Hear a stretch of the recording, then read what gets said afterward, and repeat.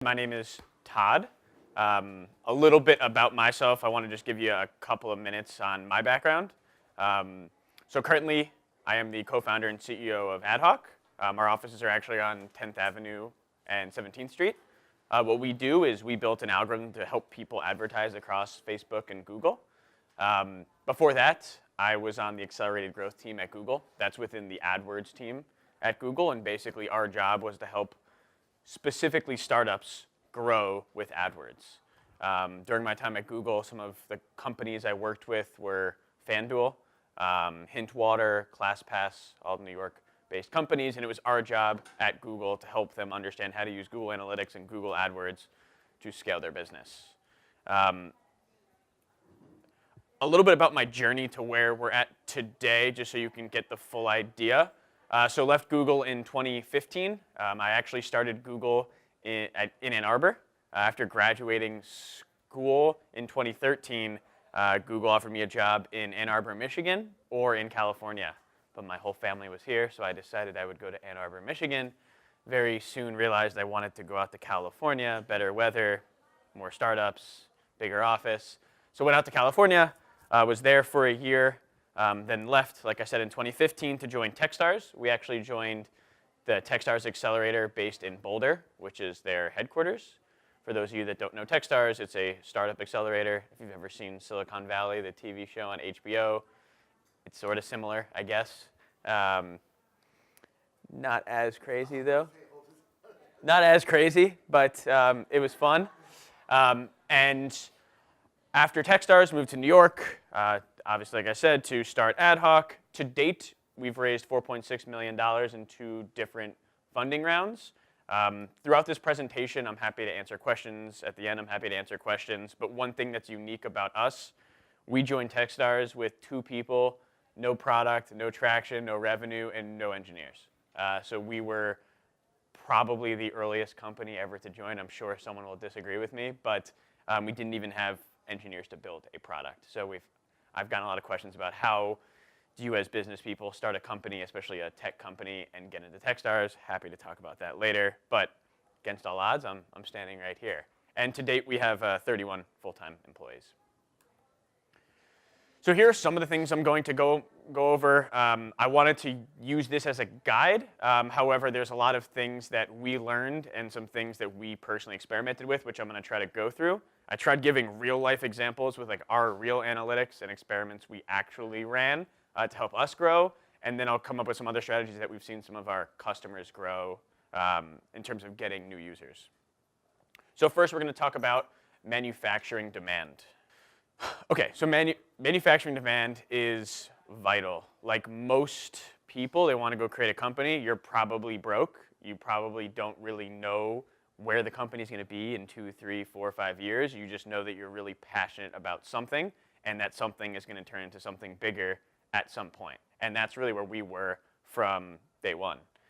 So 3 areas of focus here, which I'm going to go into. The first one is a landing page. So where are we driving people to? When we started AdHawk, we actually had a landing page we created on Squarespace, drag and drop website builder, and we had a little sign-up form. And we actually got into Techstars by saying, look how many people have signed up for our product, and our product was an Excel document. No technology, just a simple Excel document, which I'll get into. The next thing I'm going to talk about is how you increase engagement and get users before you even have a product. And then lastly, I'll talk about how you feed that engine, or feed that beast, as we like to say. So the first thing, and probably the most basic thing that people overlook, is just your landing page, right? You put up a landing page about your product. You think it looks pretty good. You put it up and say, I'm going to start driving traffic to it.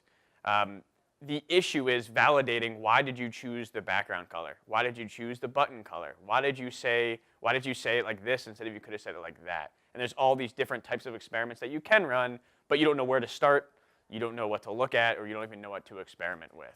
So I want to go into why landing pages are important. They're very easy to get going. They're hard to master. So I'm going to give you a real-life example here of why a landing page can be massively important. This was our first landing page.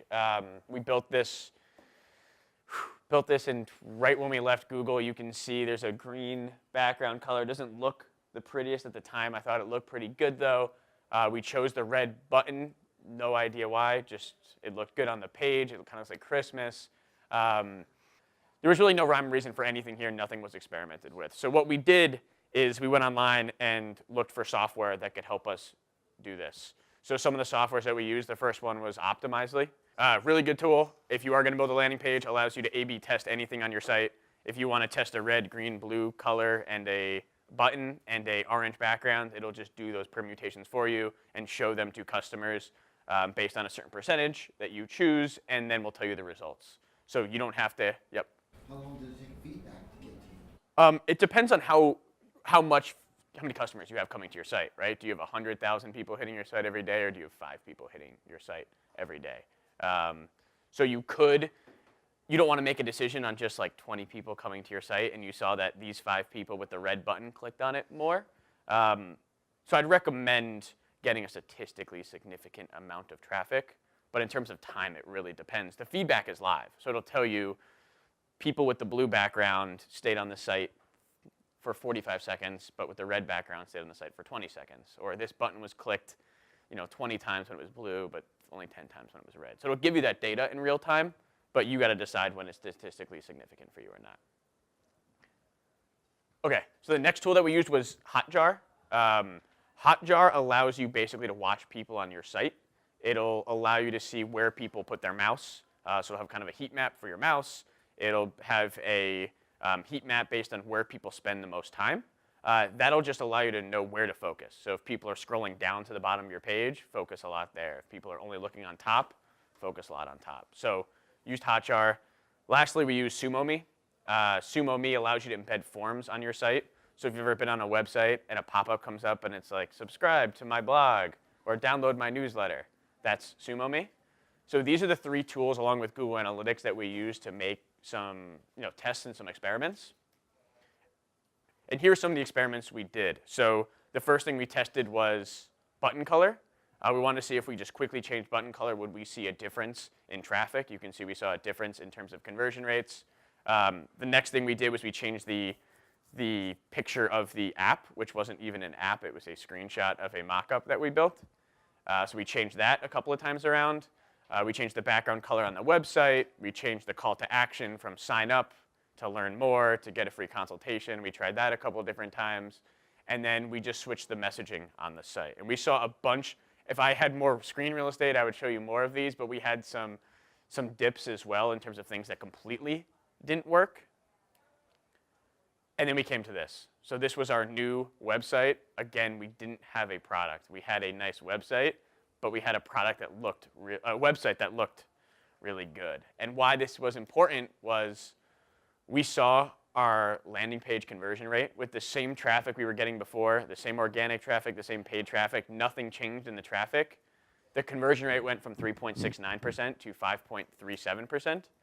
Now, when this happened, I wasn't that excited by it. I actually thought it didn't really matter. It was 1-2 percentage points. Like, that's not going to mean a lot. But then we started doing the math. So just to give you guys a little perspective here, and these are pretty real numbers for us today. So 25,000 unique visitors a month. Let's say that we have a 3.69% conversion rate, which gives us about 9,200 leads. That would have happened if we still had the old website up. With the new website, we have a 5.37% conversion rate. That gives us about 13,000, a little over 13,000 leads. Again, without doing anything, just changing the website up. That gives us a net difference of 4,200 leads. Now, let's assume that 1% of those leads, and this is a real number for us, about 1% of those leads turn into actual paid customers. That's about 42 paid customers per. And our average price point is about $250 a month. So you're talking about $10,500 in monthly recurring revenue in excess that we got from just changing our website up. We spent too much time focusing on how can we change the ads, how can we write more content, how can we talk to more people. That's all great, but if your website isn't up to par and you haven't optimized it, there's a whole nother room for opportunity. And as you can see here, if you're increasing your revenue, recurring revenue by $10,000 a month, that compounds very, very quickly. So that's one experiment we ran. To put this into even a more real perspective, over the last 13 months, we've grown from $0 in revenue to now we're doing about $230,000 a month in monthly recurring revenue. And a lot of that was due to changing up landing pages, testing, A/B testing a couple of different landing pages. And even today, we're still testing landing pages to try to get that number up even more. Yeah. Did you stay on Squarespace through that whole time? We didn't. After initially we started on Squarespace because it was just easy to get set up. But after that, we started actually getting it designed and actually built. But for like, if you're just starting out, using Squarespace is like the easy, or Wix or Weebly or any of those is the easiest thing to do. Yeah, there's no restriction on compatibility. That means that OptimizeMe, Hotjar, and SumoMe, they'll work with any website. Yeah, so they don't have. care about Java or No. ASP.NET or anything like that. So the good thing about like Wix and Weebly and Squarespace is that they all have marketplaces, like really easy plug and play type marketplaces, and that's what makes them so valuable as a product. It actually is harder once you custom make it because then you need to custom integrate all of these individual things. But any of those website builders, you can integrate with these products or similar products with like a click of a button and no code at all. All right. Yeah. Yeah. Where do you get your traffic from? Yeah. So The different sources. I'm going to go into that right now. So I'll go into that right in the next couple of slides here. So that's kind of how we initially got our landing page up and running. That was kind of the basics. Then this was right around the time where we started reading about the Harry's case study. Some of you guys may have heard about it, but Harry's launched and within 1 week had 100,000 people sign up for their product. And we wanted to figure out how they did that. There are similar products to this. If you've heard of the New York-based company called X.AI, they've done something very similar. And what they did was they built a wait list. So they built this artificial demand for a product that never existed. They set up, you have to be in a certain group or you have to be in the top X%, and you'll be able to get the product early. Again, they didn't have a product. We don't have a product. We thought it would work. So we tried to take the Harry's approach to say, we're getting all these people to our site. We have a high conversion rate. How can we allow them to refer other people to our product so that we don't have to use Facebook ads or content or other types of things to get people in the door? So we actually went right after it without getting, basically in the course of 5 months, we had, and this is actually a little bit wrong, we had 147 qualified leads through the door. That was probably close to 5,000 or 10,000 actual people sign up through just referrals. When we looked back, qualified meant they were spending. So looking back, maybe it wasn't the most qualified group of people that were signing up for us, but at the time we had about 10,000 people sign up, and that was all through a viral waitlist. The way the waitlist worked was you signed up, you got a position, and you got a group. You could tweet it up to 5 times. If you tweeted it and someone used it, you'd move up a group. If you were in group 1, you would just move up a position 1 to 50. And this little gamification really, really worked. That was part of what we used before we applied to Techstars to try to boost our numbers a bit, and it worked really well. 2 of the other stats we saw were the open rate and the check position rate were very high. So the open rate was, after you signed up, we sent you an email to say, hey, you're on the wait list. If you want to go up on the wait list, do these 3 things. 65% of people opened that, and out of those 65%, 75% of the people came back a day later or X amount of time later and checked their position. That showed that they actually cared. So this helped us grow our user base very, very significantly at the beginning. During that time, I don't know if there was software or we just didn't find the software, but it really wasn't an easy software to integrate. Now, and this is an example of, it's not that clear, but this is an example of someone that was in group 1 and they've referred 3 people, and this was kind of the email that we sent them. Now there is software that helps you do this, which you can integrate into your product, and you don't have to build out this like custom referral system, which we did here. Looking back, I wish we just used some sort of software rather than trying to build this whole thing ourselves. So some of the other stuff that we tested during this was a lot of messaging. We really wanted to do a couple things. Number 1, incentivize people to share. Why are they sharing this, right? What do they get out of sharing this? So we wanted to make sure in all of our emails they understood you'll go up on the wait list. We had stickers. We offered them stickers. wanted to incentivize them in any way to tweet it or share it or post on their Facebook page, and we tried to make that really, really clear. The other thing is we wanted to make the app feel very exclusive. So the more exclusive we could make it, we said we're onboarding customers slowly. We weren't onboarding any customers, actually, but we said we were onboarding customers very slowly. We were taking a couple people off the top of the list at a time, and that exclusivity factor made people want it more and more to fight to get to the top of the wait list. The other thing that we really, there was a lot about messaging, right? We wanted to not just sell the product and say, hey, you signed up, like, great, thank you. We wanted to continue to provide updates to these customers. You have a bunch of people, 10,000 people on a list, that's going to go stale very quickly. So periodically, we'd have emails out to them that says, hey, don't forget, if you share this 3 times, you can go up on the list. Or, hey, you're number 5, don't forget, you can go be number 4. But one thing that we learned through this whole process was getting a list of customers is great. They forget about you very quickly. So if you are going to do something like this, make sure you can engage with them, send them content, give them updates, tell them something. If they don't hear from you, they'll completely forget that they signed up for it. So here are the softwares that I found now that I hear people use. I think the biggest one people use is Ambassador. These can be used as waitlist stuff or like referral programs. So if you currently have a product today and you just want people to refer, these work as well. And I would say using these, although it costs a little bit of money, is worth it rather than trying to build this custom logic. It was a little ridiculous that we did that in the first place, quite honestly. So once you have a landing page, you can generate a little bit of traffic with a kind of a referral system. The next 2 things that are important is, well, how do we continue to feed this beast? How do we continue to drive traffic to the website so we can test all of our A/B tests? How do we drive people to the website so they sign up and we can do some referrals? The 2 biggest things that we did were content marketing and paid advertising. I'm going to go into a hack that we did with Google Adwords, which you still can do today, but we paid very little in Google advertising and got a lot out of it. All of these platforms, Google, Bing, Facebook, Twitter, all offer like sign up with $25 and get $75 free. We opened up like 100 emails consistently. We had an intern opening up new emails and new AdWords accounts or Facebook accounts all the time. So we spent a little bit of money, but we were getting $75 free of every $100 we spent.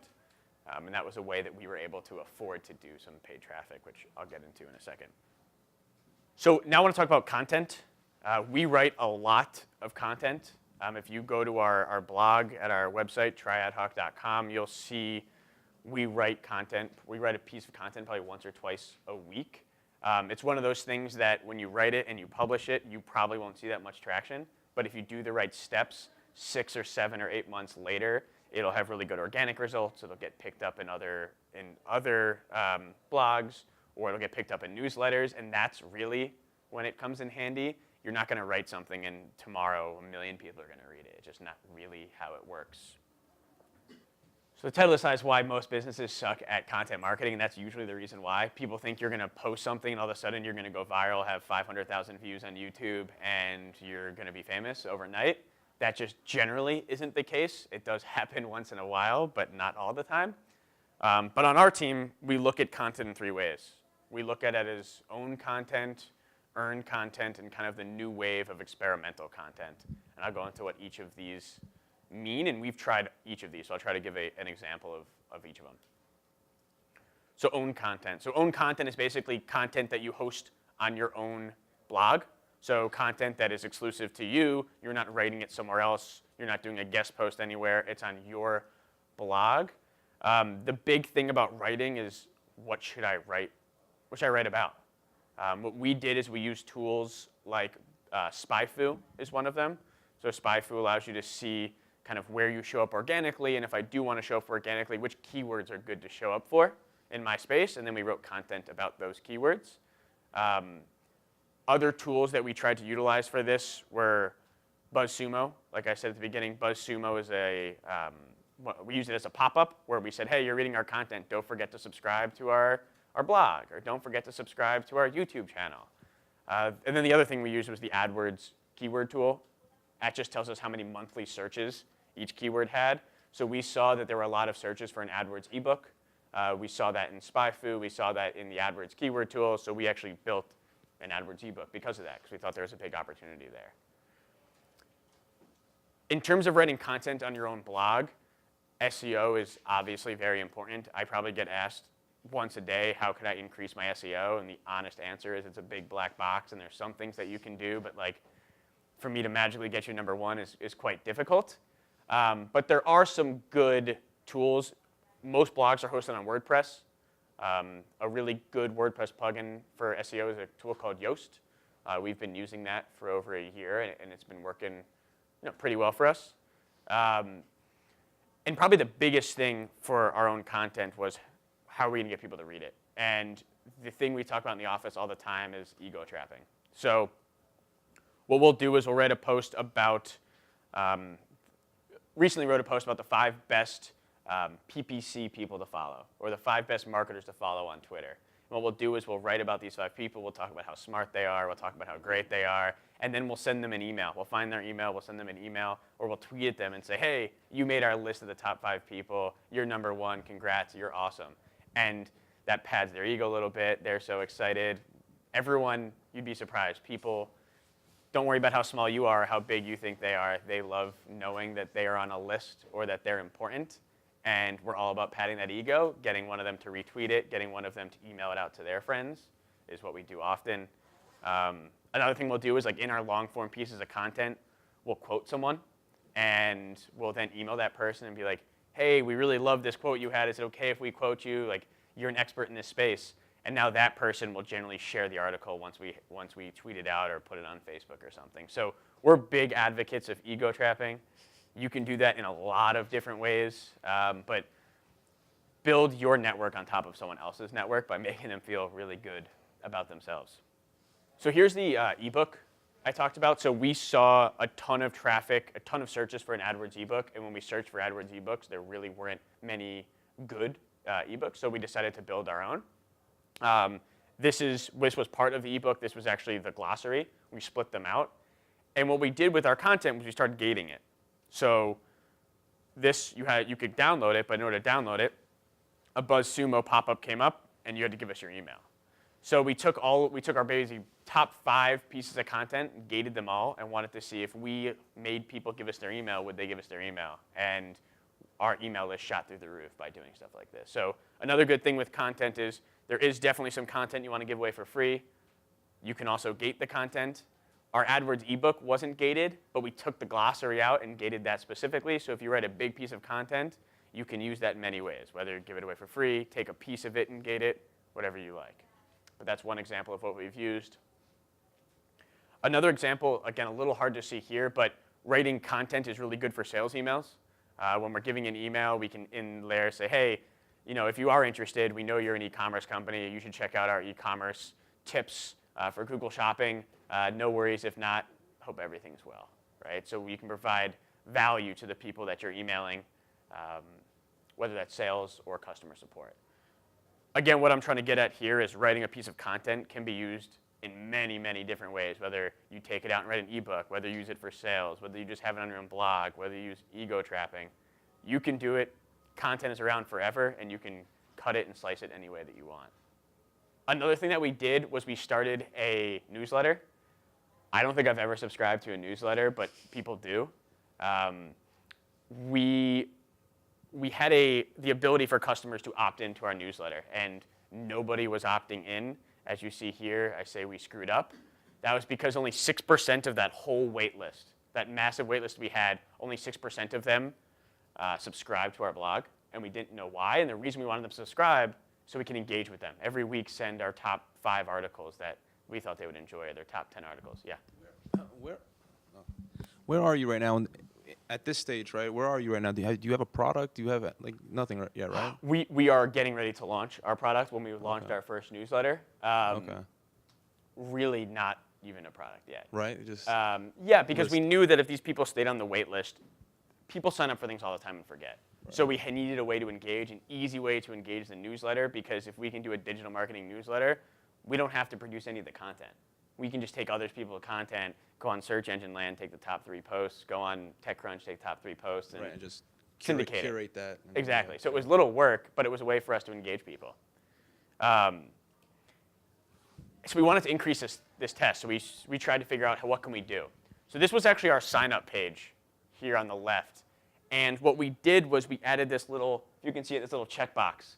And there definitely were not 5,000 marketers getting our weekly roundup email, but we thought 5,000 made us seem really legitimate and having a ton of social proof. So we said, join over 5,000 marketers getting our digital marketing roundup. This probably is still on our site, actually.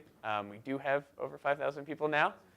But at the time, it was just a way to give some social proof.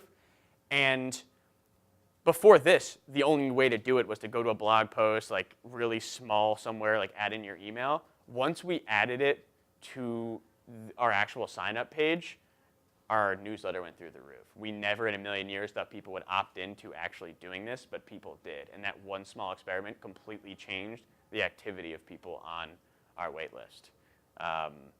So yeah, always be testing, whether it's with your content, your sign-up page, or your landing page. There's tons of things you can do.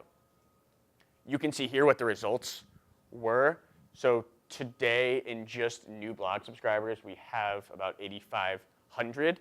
Our conversion rate was 6% when we ran this test.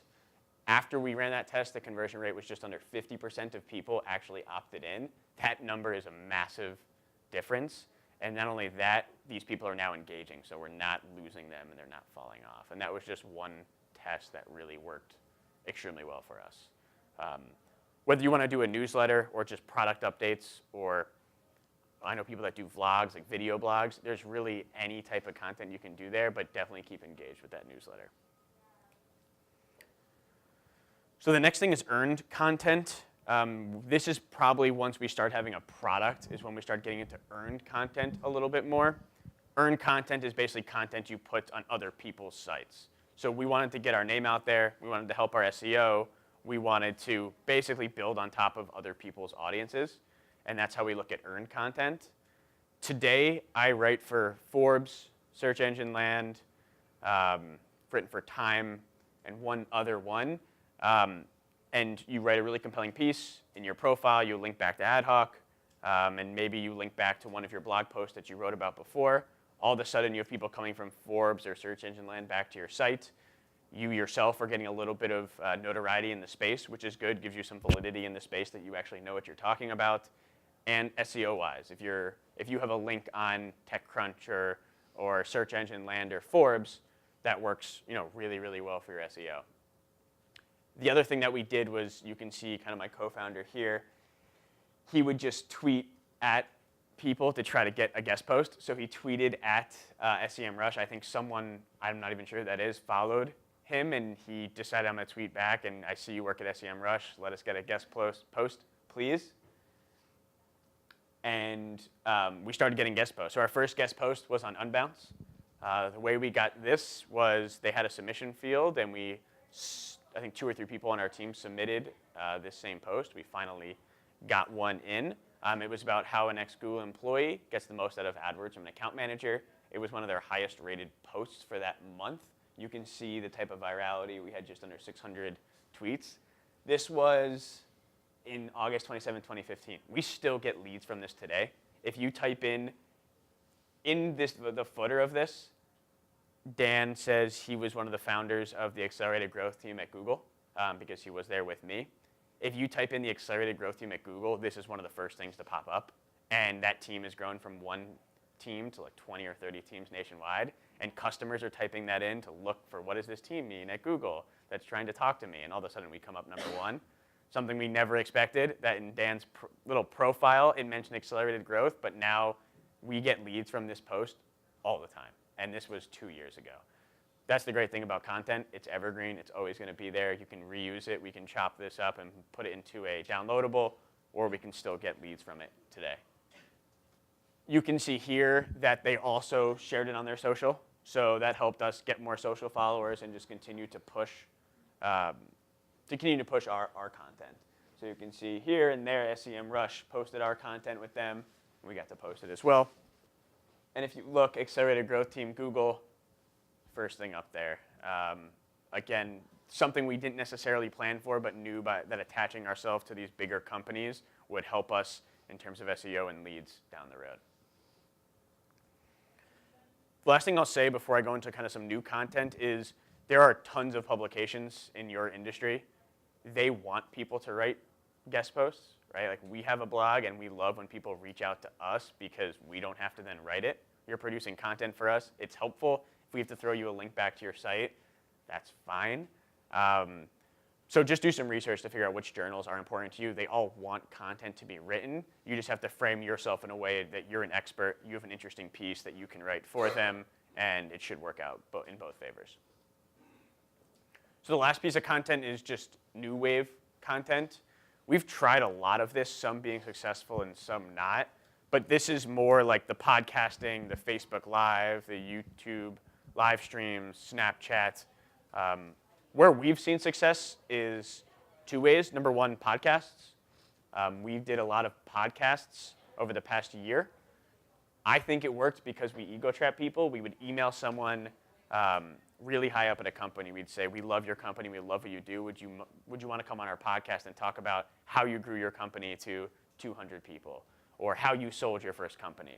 Again, we massaged people's egos, and people love talking about themselves, and they don't need to know how many people listen to your podcast, I guess unless they ask. But we reached out to people and had 10 or 20 really high-profile people on our podcast.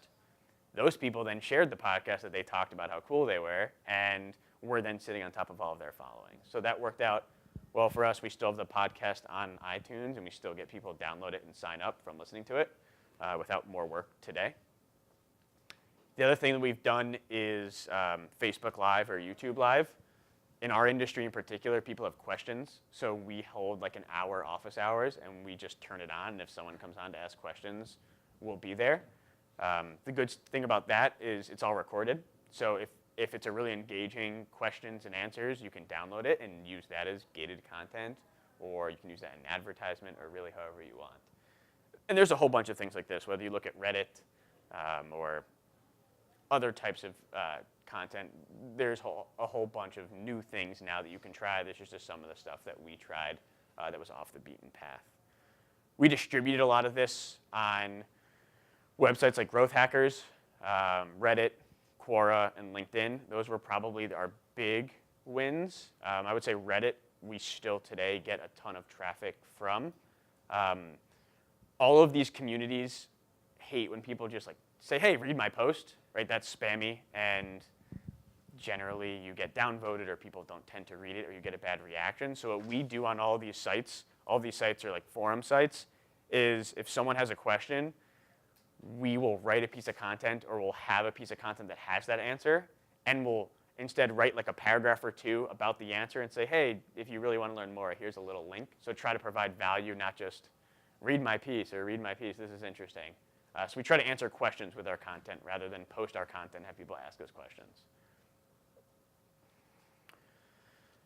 So next I'm going to go into some paid advertising, which I'm very passionate about, and I think most people lose their money. But the last thing I'll say about content is like, it is evergreen. You're going to write it today, and it's probably going to be miserable. You're going to sit there and be like, no one's reading this. Why am I writing it?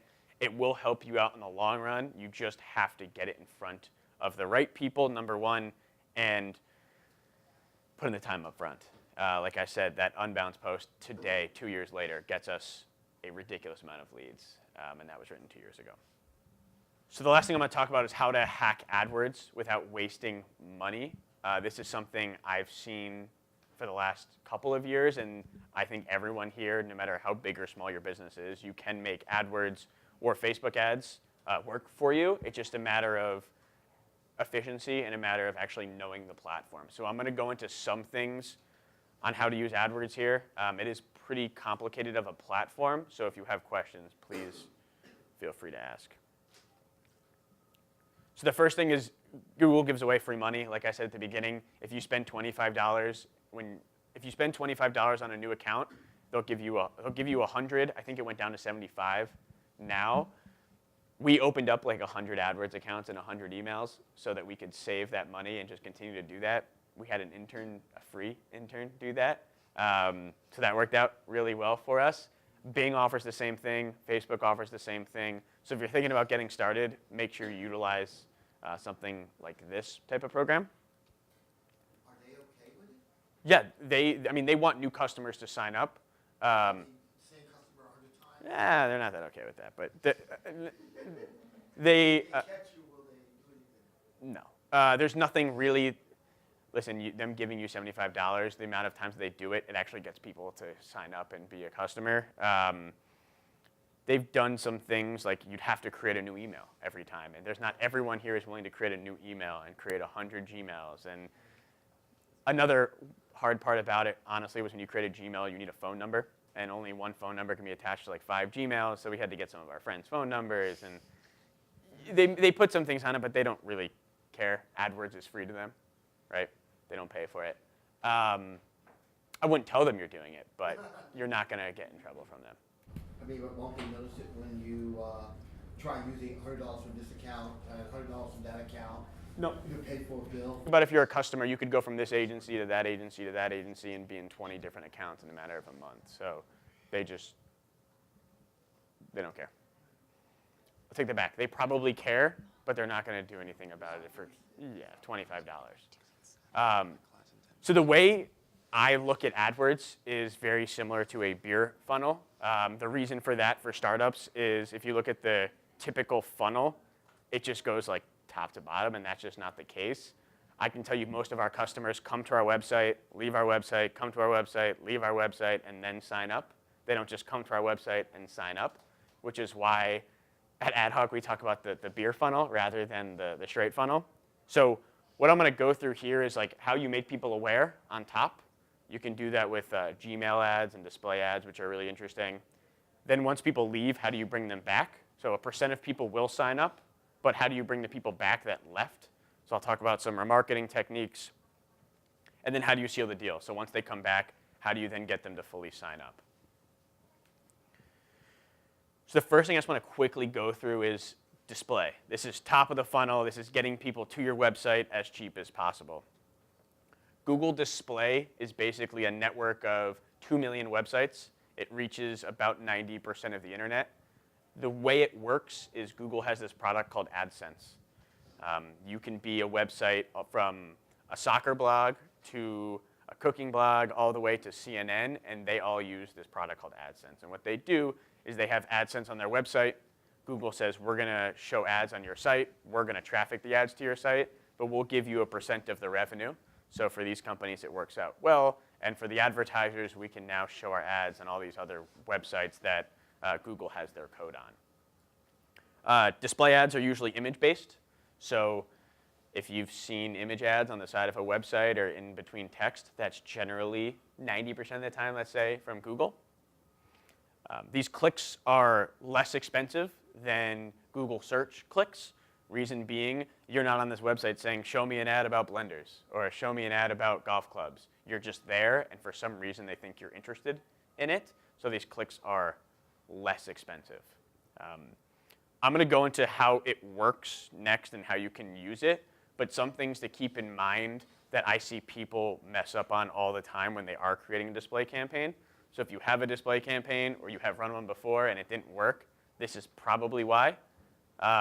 The first one, demographic bid adjustments. Most people don't know that you can increase or decrease your budget or increase or decrease how much you want to bid based on the gender, age, and income level of the people you want to target. Most people just target everyone because the setting is hidden very far within Google. But make sure if you are running a display campaign to use those demographic bid adjustments. The other thing is if you are showing your ads on mobile devices, that includes apps. So if you've ever been on, I don't know, Candy Crush or one of those apps and a little ad pops up either on the bottom and you click it by mistake, that advertiser is getting charged for that. You probably know that you don't mean to click on those, and you probably aren't actually interested in the middle of your game buying a blender. So if you don't want to be that person in those ads, the only way to get rid of mobile apps is to exclude the website AdSense for mobileapps.com. That's like the only way to get off mobile apps. There's no easier way to do it than that. And then Google has a functionality where you can get on search and display campaigns at the same time. What I would do is only be on a search campaign or only be on a display campaign. Don't be on them both. You can have both campaigns running, but make them separate. Those are the 3 things that I see people mess up on all the time when running a display campaign. So this is how a display campaign works. So if you were brand new to this, this is how you would set it up. So you would select a display campaign within Google, and it would ask you how you want to target customers. A little confusing, so if it doesn't make sense, please feel free to ask. So the first way is interests. So you can target people based on their interests. So if you're, let's say you are a sporting goods store, you want to target people interested in sports, or people interested in golf, or people interested in luxury goods. Interest targeting is based on people. In-market targeting is also based on people, but this is Google saying they're in market to buy this product. I quite honestly don't know how Google knows that they're in market to buy this product, but they've obviously searched other websites, or there's some signal to Google that these people are in market to actually buy today. Now, topics, keywords, and placements are all about websites. So instead of targeting based on people, these next three you're targeting based on websites. So topics is if I want to target the topic of sports, or I want to target the topic of cooking, that will show me on websites that have to do with cooking or websites that have to do with sports. If you do interests, let's say I want to do interests for people interested in sports, they could be on any website. Interest targeting, doesn't matter what website they're on, you're trying to target the person. Topic targeting is about the website, not necessarily the person. The next one is keywords. So if you want to say, hey, I want to target these keywords on a display campaign, that would mean that those words have to show up on a website. You're not targeting the person, but as long as these keywords show up on the website, I don't care who the person is, I want to show my ads. And the last one is placements. That's you literally saying, I want to show up on these websites, and Google saying, OK, I'll do that. Now, these can all be layered on top of each other. So you can do all of these. You can say, I want to show up on a website of someone interested in sports on a sports website where the keyword golf shows up. You can layer these all on top of each other. But keep in mind, these are all and statements. So the more that you add, the smaller the audience, the more expensive that audience becomes. Now, they might be more valuable to you, but just know that the more of these you add, the smaller the audience, not the bigger the audience. No worries. So any questions on this? Cool. And one thing to know, I don't know how deep anyone's been on like a Google AdWords display campaign, but once you do this, so let's say I want to show up on a website that has to do with topic of sports. What Google will do after a couple of days is say, hey, here are the actual websites you showed up on. And it will actually list out the hundreds of websites your ad showed up on. What I've seen work really, really well in the past is you can use this report. It's called a placements report. And you can say, OK, these are the 5 websites in which people bought my product the most. Or these are the 5 websites in which I had the most signups where my ads were shown. You can then create a new campaign, the placements campaign, and say, hey, Google, only show my ads on these placements. So what I like to do is I like to use the interest, in-market, topic, and keyword campaigns as a way to find websites. Then once Google reports those websites back to me on what worked, you create a placements campaign by saying, hey, Google, these websites I want to show up on because you know that they actually work based on data, not just because you want to show up on a website because you like it. The last part, yeah, go ahead. You have a question? Yeah. What if you just want to acquire customers? You want to give the product away free. So there really is no conversion or anything like that. Mm-hmm. Well, there is a conversion on your site, right? Whether it's free, they're going to have to download something or put in their email or do something to get the product, right? Even if you just want to drive people to your blog and you don't have anything to download, you've got nothing to buy, you can still say, hey, if someone spends 30 seconds on my site, that's a conversion. So a conversion is just any event or action which is success to you. Most people's success isn't just a click to your website, right? It's some action that you want them to take on your site. Does that make sense? Yeah. If you launch a placement campaign, would that be less expensive than launch, say, the full altogether? Placement campaigns are the most expensive because an interest campaign, let's say you want to target people with the interest of sports, you're talking about hundreds of thousands of people. Unless you're going to go add 100,000 placements to it, placements campaigns are going to be more expensive just because the audience is smaller.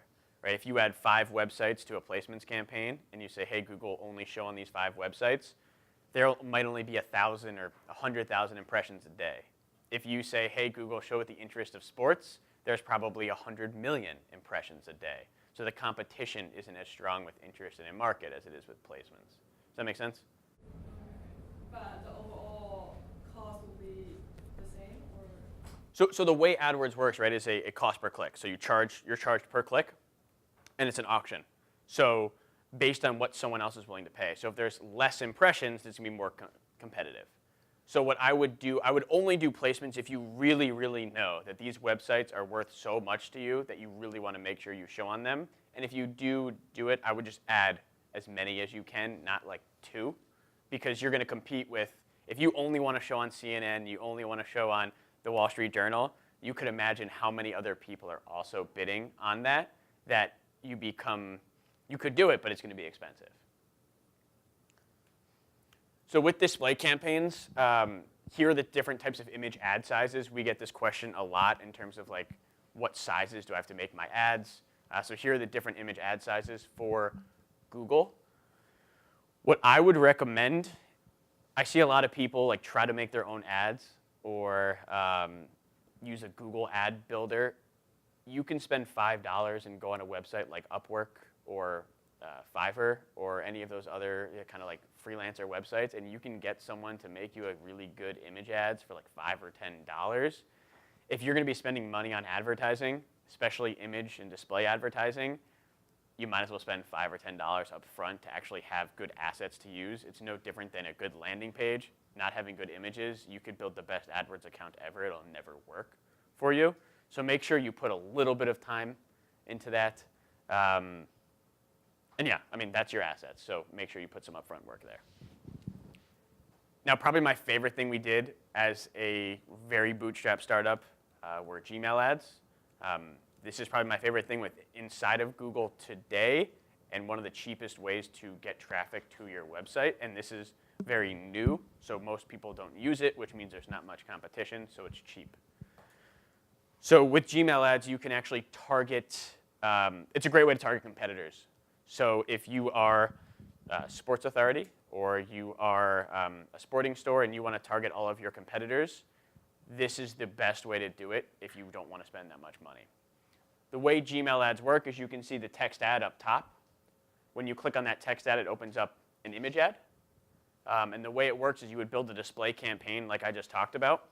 You would actually use placements, but your placement would be mail.google.com. So you're telling Google, hey, I want an image ad on mail.google.com. You then layer a keyword on top of that. And I gave the example of diapers. So if you layer the keyword diapers on top of it, you're saying, hey, Google, I want to show my ad in Gmail to people that are using the word diapers inside of their actual email. Another good example for us is we target mail.google.com, and we look for people that are saying advertising or people are saying some of our competitors' names in their email, and then we actually show them an ad. Our competitors email customers all the time, and in their email they obviously say, hey, it's Joe from XYZ company, or it's Joe from WordStream, one of our competitors. Now we want to target that company, and we know WordStream is in the email, so we're going to target them that way. So you, with all your companies, can probably find competitors and target people with this. These clicks are usually like 20 cents. You won't find much cheaper clicks anywhere else on Google, and I would say if I came back and gave this talk next year, it'll be $1. So make sure you check this out. Might not be for you, but definitely a good opportunity to drive cheap traffic. So some of the things to know about Gmail ads before you get started. It is a display campaign. It is a placements campaign like I talked about before. Google shows you a metric called clicks. Clicks are obviously clicks to your website. But with Gmail ads, a little bit different. A click is actually clicking on this text right here and opening it up to that image. What you have to do is add in a new metric called clicks to website, which is only for Gmail campaigns. And what that will help you do is say, OK, well, how many people actually clicked from there to my website? That's just something you have to know when you're using Gmail ads. The other thing is this image. If you know any code or you know someone that can help you, you can actually make this image an HTML5 image, and you can embed a form into it. So instead of sending people from here to there to your website, you can actually embed an email form right into that image, and they can put their email or subscribe or buy a product right from there. You just have to know a little bit of code to actually do that. To go back to testing, there's a red button right there. I would test all different types of buttons and call to actions when you do this before you find the right one. We've tested probably over 100 different call to actions and button colors before we found the one that worked the best. And our conversion rate went from, I think it was 2.8% to close to 6% by making those changes. So make sure you're testing as much as possible. The next thing I'll go into is remarketing. So if you've ever gone to Amazon, you've probably seen that product you clicked on follow you around the internet forever. It might be really annoying, but it actually works. That's called remarketing. So the way remarketing works is you click on a site, you don't do the action that they want you to do, whether that's buy a product or subscribe or read the blog post or spend 3 minutes on my free website. You only spend 2 minutes. They're then going to follow you around the internet with ads. This can be done on the display network. So on those 90% of the internet, it can also be done on YouTube. So if you've ever gone to a website and then gone to YouTube and been, oh, wow, I was just looking at this a couple days ago. They know that. I'm going to get into how it works and how to set one up, but one thing just to know when you're doing remarketing campaigns generally is you got to offer some different messaging or a different price point or something. If someone comes to your website, and I'll use our example, if someone comes to our website and sees our pricing and they hit our pricing page and they leave, we know that something about our pricing didn't resonate with them. So what we do is we build a remarketing campaign and offer those people 10% off. There used to be a trick on Amazon, I don't think it still works, but maybe it does, where you would add products to your cart. It knows what products you added to your cart. They know how close you were to buying, and because you added to your cart, you're so close that if you leave, they'll then offer you like 10% off a couple of days later. I am sure other e-commerce companies that are less sophisticated still do that, but you can kind of slice and dice it any way you want. But don't just show them the same image that they saw before with the same value props, with the same pricing, because they weren't interested in it before. Give them something else to be interested in. So this is a good diagram of how it works. So if someone comes to your website, you drop what's called a cookie on them. That's just a piece of code that's on your website. If you have Google Analytics, that's pre-built in. They then leave your website. They then see your marketing ad all around the internet. Some things to know, though, before you get started is that you need at least 100 users to do this before you can remarket to them. So I can't come to your website, be the only one, and then you show me images like, hey, Todd, I know you run my website. That's why they have the 100 minimum. So if you set up a remarketing campaign, make sure you're getting traffic to your site before you just set it up. The other thing is this can be image ads or text ads. Generally, image ads work better, so I would stick with that. And then lastly, change the messaging, like I said. Change the messaging on your ads or take them to a new landing page. This is a really good time to test some of that. So another example is if someone comes to our website, our homepage, and leaves within 30 seconds, we will use a remarketing ad and send them to a different website that we've created. It's still under our domain, but it looks different. Different value props. We'll say, instead of save time using AdHawk, we'll say save money using AdHawk. Or we'll say, don't waste hours with your marketing manager. Use AdHawk today. We'll try something different, not just on the ads, but also on the landing page. Now, the way this display remarketing works, it's a static image. So if I click on all the products on your e-commerce store, you can follow me with a static image of your brand or a static image of all of your products, but it's not necessarily that specific product that I clicked on. That's called dynamic remarketing. So Google, you can toggle on dynamic or not dynamic remarketing inside of AdWords. Dynamic remarketing is when you click on that specific product and then you see that specific product follow you around the internet. That was the Amazon example I gave before. That's what they do all the time, and it works really, really well. You need some things set up inside of AdWords to get that going, which I'm happy to talk about later if anyone has an actual e-commerce store. I just wanted you to understand the difference of remarketing and dynamic remarketing because they are very, very different. So towards the bottom of the funnel now is search. Again, we brought cheap traffic to the site with display. let's say 5% of the people converted. We then used remarketing to bring back the other 95% of people that didn't convert. Let's say another 5% people converted from that. How can we take that last 90%, real bottom of the funnel, to try to get them to convert? And that is with Google Search. Google Search is the most expensive way to advertise on Google. It is also the easiest way to lose your money if you don't know what you're doing. So if you're going to pay attention to anything on the AdWords side, this is probably it. And this is what most people think about when they think about advertising on Google. So on Google Search, there's generally ads on top of search and on the bottom of search.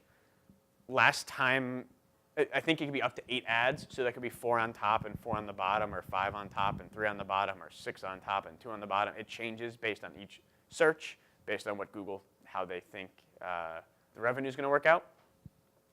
When you create a search campaign, you can be on Google Search or Google Search Partners. So search partners are Google actually licenses its search results out to AOL or Ask or Yahoo.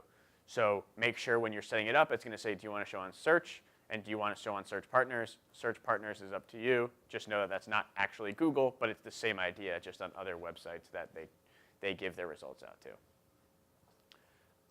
Like I said, this has the highest conversion rates, but is the most expensive. So if you can get this right, it'll be the most successful. If you don't think you can get this right, you will just waste all of your money here. So the foundation of this is keywords, which I'm going to get to on the next slide. It's probably the most important thing I'll talk about with AdWords. But some things to keep in mind when you're making these types of campaigns. The first one is quality score. Google offers this thing called quality score. And all that is how relevant are your keywords to your ads, to your landing pages. They need to do that because Amazon would bid on every word that you could ever type into Google. They would bid on they would bid on the word right? They would bid on everything possible. Now they actually do sell basically everything possible, but it stops a big car dealer from bidding on people looking for shoes because they might think that people looking for shoes is cheap, and if they're looking for Nike shoes, well, they're affluent and I want them to go look at my cars. What will happen is that car dealer will have a 2 out of 10 quality score, whereas an actual shoe store will have a 10 out of 10 quality score. And Google knows that by crawling your website. So if you guys both bid $1, they're going to win because they have a higher quality score. And you'll probably have to bid $2 to get in that same spot, whereas they'd have to bid on $1. It is this magic number that is pretty hard to say, how do I go from a 7 to an 8 or an 8 to a 9 or a 9 to a 10? It's kind of a little bit of a black box. But if your ads are relevant to your keywords, which are relevant to your website, you'll get somewhere from a 6 to a 10, and that's fine. It's really trying to stop people from going from a 2 and sending people with Nike shoes to a car dealer. It's really what the point of it is. So this is how basically Google makes all of its money. This is how Google search ads work. And again, like I said, this is probably the most confusing for most people and the most important thing to know if you're ever going to advertise on Google. So there's 4 different types of keywords. There's broad, broad match modified, phrase, and exact. And for this example, I'm going to pretend I'm a bike shop. So what I'm doing here is I'm putting in words that if someone types this into Google, I'm saying I want my ads to show up. Very simple. Again, highly lucrative if you can figure out the right words. So the first one is broad. So if I'm a bike shop, a broad match keyword looks like that example keyword, just bike shop. You put it in there, nothing fancy, you just put in the word bike shop. The issue is you're going to show up for synonyms, you're going to show up for misspellings, you're going to show up for related searches. So you might show up to something like cycle store, but you might also and more likely show up for images of stolen bikes or bike store that closed down near me. This is a Google example, but I can tell you that if you use broad match keywords, you will show up for ridiculous variations of something that sort of might have to do with bikes or stores. So I wouldn't recommend using broad match because it will get very crazy inside of what you're actually showing up for. I can say that most of the campaigns we build are broad match modified. And that's probably the one, if I could say only just choose one, I would say do that one every single time. So look at the same keyword, bike shop. This uses plus signs. So if you use a plus sign in front of the word, you're saying that that word has to be there. So you'll show up for bike repair shop. You'll show up for good bike shop. You'll show up for bike shop near me. But you're saying, Google, I don't care what they put in between. I don't care what they put after. But bike and shop have to be there. And then I'm happy. The difference between that and phrase match is phrase match is quotes. So instead of plus signs, it's quotes. And what quotes mean is bike shop has to be right next to each other. So you'll show up for local bike shop, but you won't show up for bike repair shop because they're not next to each other. There's something in the middle of it. So broad match modified gives you a little bit more flexibility. Phrase match, you're saying it has to be this phrase, nothing in between, but yes to before and after. The last one is exact match. That's brackets. So you're saying it has to be just this search. So it has to be bike shop, nothing else. You just know that this is exactly how people type it in. You don't want any variation of it. And that's exactly how you want traffic to come to your site. Like I said, the biggest mistake people make is they do them all broad match. You will show up for the craziest searches. You can actually see what you're showing up for. There's a button on the keywords tab that says search terms, and it will show you what you're actually showing up for instead of Google. And if you do broad match, you'll be so confused on why you're showing up for these hundreds of other searches that you totally didn't mean to actually show up for. So if it were up to me, I would only use broad match modified. There are reasons to use phrase and exact. If you're interested, I'm happy to go into that, but I would stick with the broad match modified. Any questions on that? Cool. This is like a super complicated, it's a hard to understand concept, and most people will just use broad. Please, like, if you're going to create an AdWords account, please just use broad match modified. Put plus signs in front of each word. So the last thing that Google recently added to all of its ads were things called ad extensions. Ad extensions are cool because it makes your ad bigger. It's now part of their quality score algorithm. The more ad extensions you have, the higher quality score. And they're 100% free. The number one question I got when I was at Google was, how much do I have to pay for this extension or that extension? They're all free. They're just hidden. You have to know to add them. So I'll go through what each of them are. Probably the most used one is a call extension. This just adds a click to call button next to your ad. So if you want phone calls, you need to have a call extension. You cannot put your phone number in your ad. It'll get disapproved. You have to do it through adding a call extension. On mobile, it's a click to call button. On desktop, it'll show up in plain text. The cool thing about that is if someone calls you from that ad and doesn't actually click on it, they just see the phone number and call, you're not going to get charged. So you're getting free phone calls. We have a customer that only wants phone calls, and I would say they probably get 5 or 6 free phone calls a month by using the call extensions. The other thing is Google offers a free call forwarding number.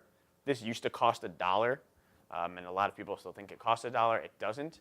So what it'll do is it'll change your number to a Google forwarding number, and it will give you a log of all of the calls you had from AdWords. So it'll say, this is the area code, this is when they started the call, this is when they ended the call, this is how long it lasted, and this is the keyword that they searched. Without that, you don't really know how many calls you're getting from AdWords specifically, from which keyword, and how long the calls lasted. They won't record it for you.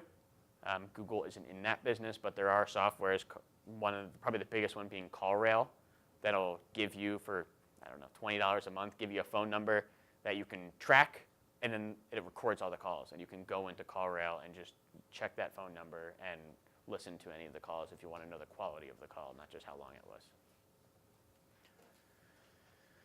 The next one is site links. So if you've ever seen an ad, it's got like 4 little links below it. Those are site links. It makes your ad, you can see how much bigger it makes your ad. So there's no reason to have it, not have it. Most people will put things like about us or contact us.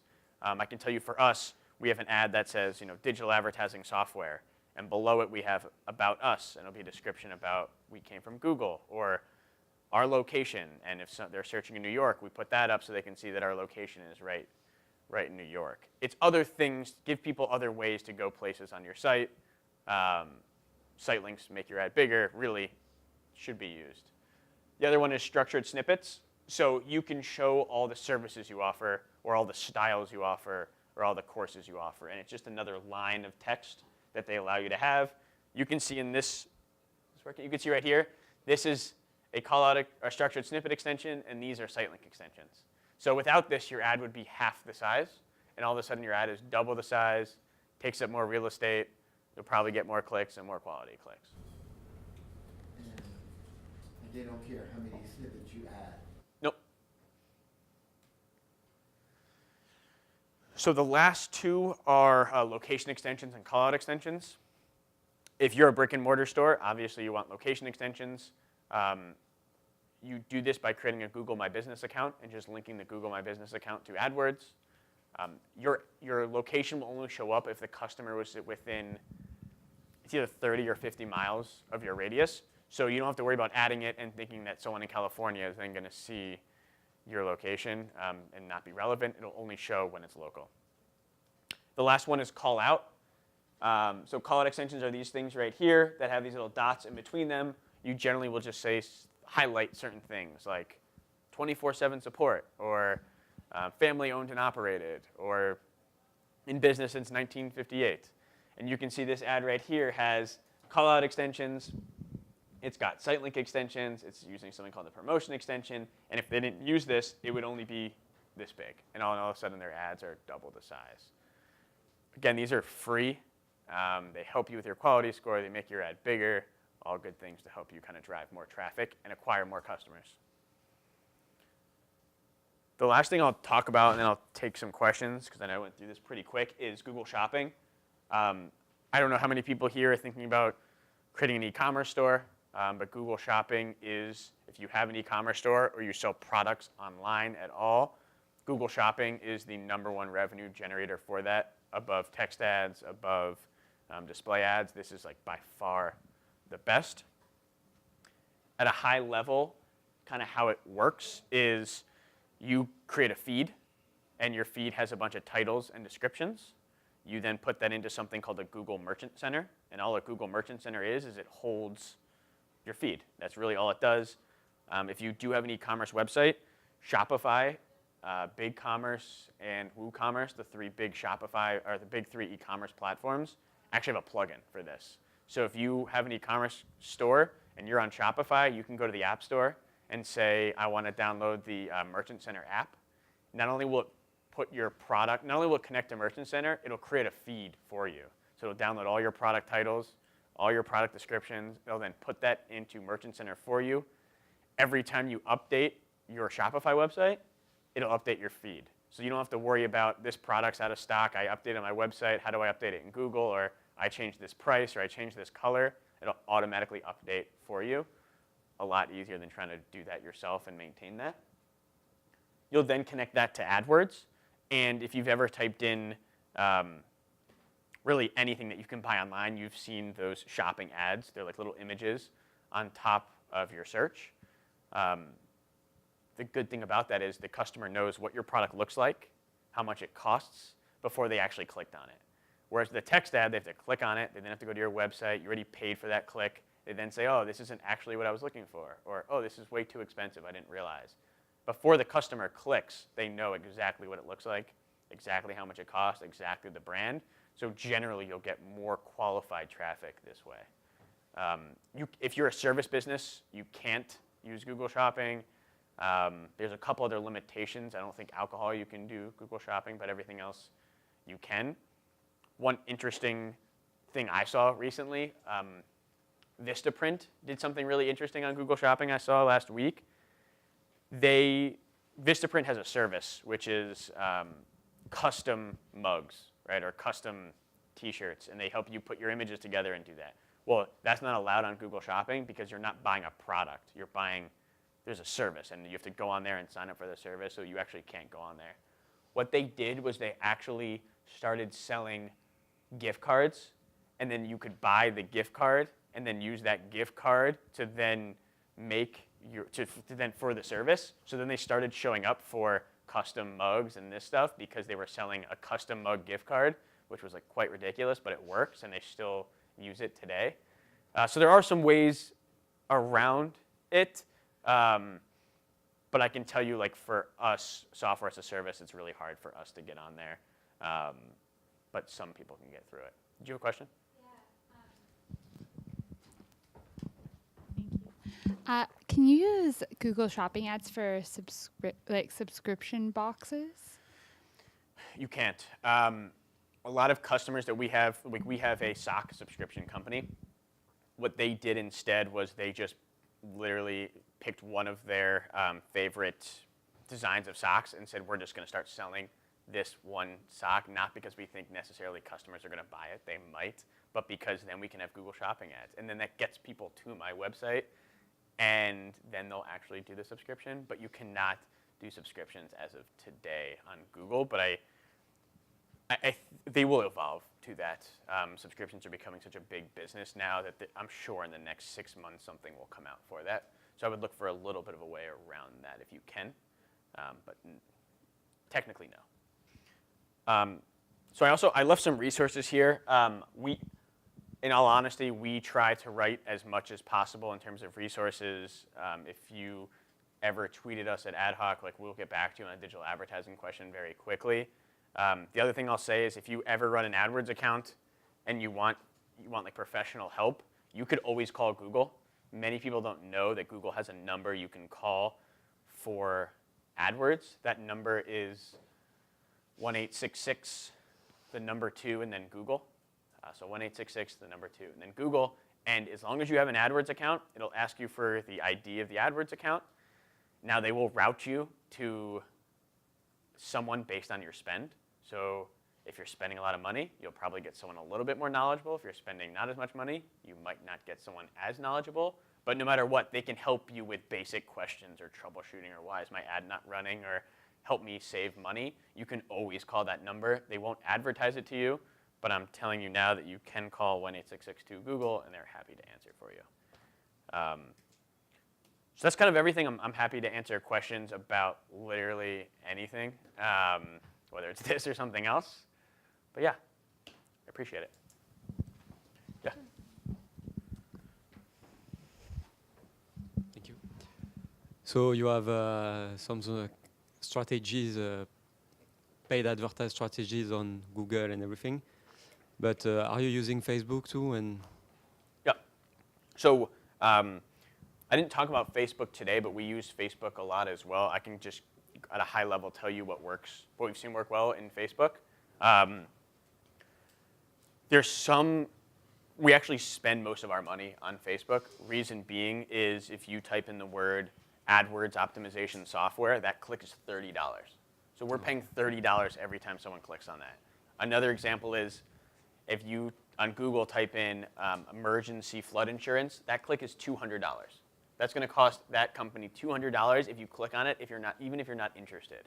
So there's just a lot of industries where like Google is way, way too expensive, and we see a lot of those industries move over to Facebook. Facebook does a couple of things really well. You can upload an email list. So if those 5,000 people subscribe to my email list and they didn't respond to any of my emails, what I usually do is I'll upload them to Facebook and just target them.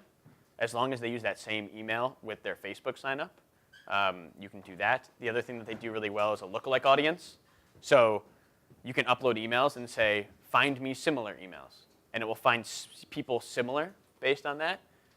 So those are kind of the 3 things we do with Facebook. But generally, most of our customers are spending money on Google unless it's just too expensive. They'll move over to Facebook. I mentioned a tool called SpyFu before. SpyFu will tell you how much your clicks will cost on Google. So if you were trying to decide, I have $100, where do I want to spend it? Go to SpyFu, see how much your keywords would cost. And if you think that's too expensive, I would switch over to Facebook. thank you. Yep. Yep. If you're just starting out, what should be your basic first advertising campaign budget? Mm-hmm. Yeah, I get that question a lot too, and that's very hard because a lot depends on your margins. When you're just starting out, you're going to make a ton of mistakes. So if you think you're going to turn it on and probably got any sales, the answer is probably not. So whatever budget you decide, I would just put a buffer in there of like learning and experimenting and trying, because you're not going to turn it on from not knowing anything to all of a sudden getting a bunch of sales. I don't really have an answer for you, the best budget. It really depends on where you feel comfortable. Now, some things you can do is say, let's say I only have a $100 budget. You can say, all right, well, instead of having, what is that, $30, no, $10 or less than $10. Let's say you have a $300 budget.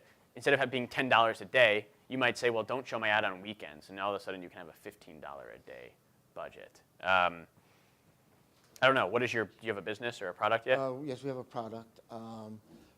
We're in the tech space area, and I'm trying to decide, should we charge a fee or should we try recouping as advertisers or providing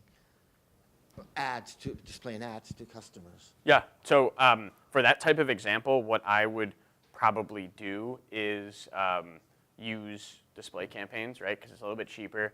And what you can do on your site is either make a conversion, like someone filling out a questionnaire, like, are you more interested in this, or would you be more interested in it free as long as we can serve ads? But the issue I have with that is you're not getting any revenue back. So it's hard for me to say, well, your margin is 60%, and then the lifetime value of your customer is $300. There's no real mathematical formula I can give you for that. Just know that you're probably going to lose all your money for the first couple of weeks because you don't know what you're doing. So just buffer that into whatever budget. So what would be a rough buffer? I probably wouldn't, I probably wouldn't spend money on Google unless I was spending about $500 a month. I think anything less than that, if a click is $5, right, you're only going to get 100 clicks, and then you have some with men, some with women, some with this location. You're not going to see any correlation statistically significant to then like take a next step. Generally, people with lower budgets, I would recommend going to Facebook just because it's a little bit cheaper. But if I had to come up with a number, I would say $500 would be the minimum I would start with Google with. All right. Well, my budget is between $1,900 and $2,500 to start out with. That's good. Well, if it works. Yeah. Otherwise, it goes like, gee, I could have won a vacation. Yeah. Listen, you can only start low and ramp up. Yeah, I would say before you get going, just make sure you have a good grasp on everything, because it is really easy to waste money. Next question.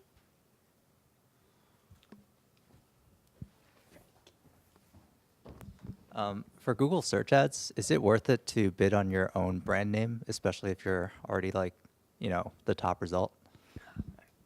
Tough question. Yeah, so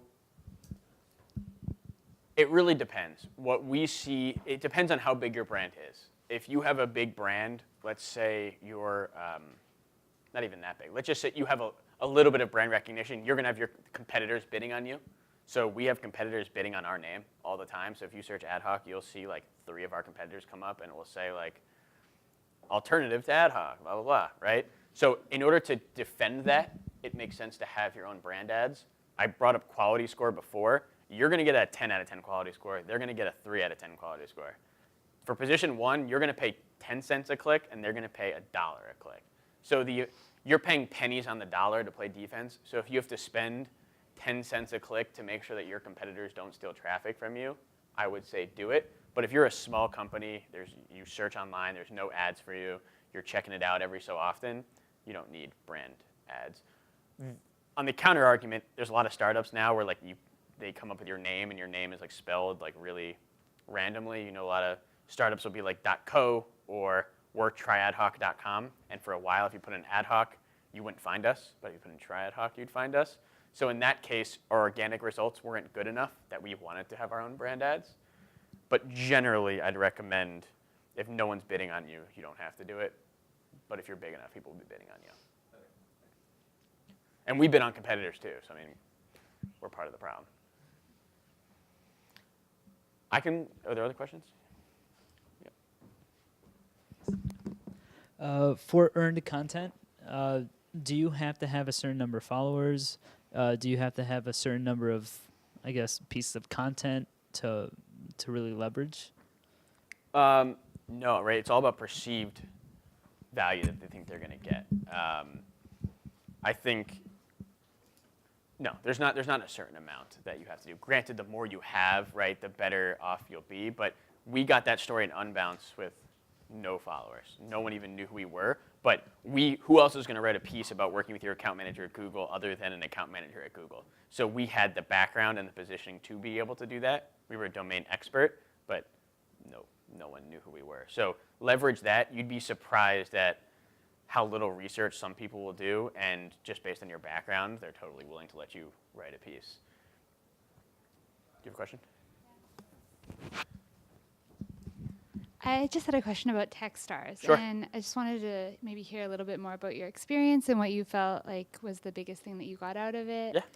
Yeah. Yeah, so we were in Techstars Boulder. We went in with nothing, and we came out with a full understanding of how to build a big business. We were the first people to admit that this is the first business we're building, and we wanted a strong network around us. So Techstars is about 3 months. You get surrounded with 10 other companies that are in roughly the same position as you. So if you think you're having a bad day, you can probably turn to your right and that other person's having a bad day. Or you can turn to your left and see someone went through that problem last week and can help you and say, hey, I went through a similar problem last week. Let me help you kind of figure that out. So the point of like the community is really great. The other companies that are building with you are like really good to rely on, because a startup, you're going to have like the best days, and the best days are awesome, and the worst days are like the worst days ever. And sometimes you're going to feel like the company's failing, and other days you're going to feel like you're going to IPO. So it's nice to have other people around you that like you can see them go through the same stuff. But outside of that, we brought in mentors like, you know, one of the executives at Twitter came in, one of the executives at Facebook. They all provide you with not just mentorship, but like resources and free credits. We had like $200,000 in Amazon AWS credits. We get credits with Facebook. There's a lot of perks like that as well. But I would say the biggest thing for me was at the end getting introduced to investors, right? So at the end, we have this big demo day. And pre-Techstars, we were able to get meetings with most investors. You worked at Google, you're trying to build a product for Google. Great, we'll talk to you. When we went in and said, we're Google, we've been through Techstars, and here's our pitch, all of a sudden we got a ton more social proof that Techstars invested in us. We were part of the Techstars program, and it opened up a ton more doors for us. And even today, we have a ton of partners and partnerships in the works with Techstars companies in the past. And all of a sudden, when they hear we're a Techstars company, it's a selective group, we all of a sudden are able to kind of have a conversation about that. You know, like an example is a company called SendGrid. SendGrid is a Techstars company. They were in Techstars like 3 or 4 years ago. We're working on a couple potential projects with them. They just announced an IPO last week, and now we would never be able to talk to a company that is public that easily, but now through Techstars we're able to get that. I'd say the last thing is you can find someone at Techstars that knows anybody.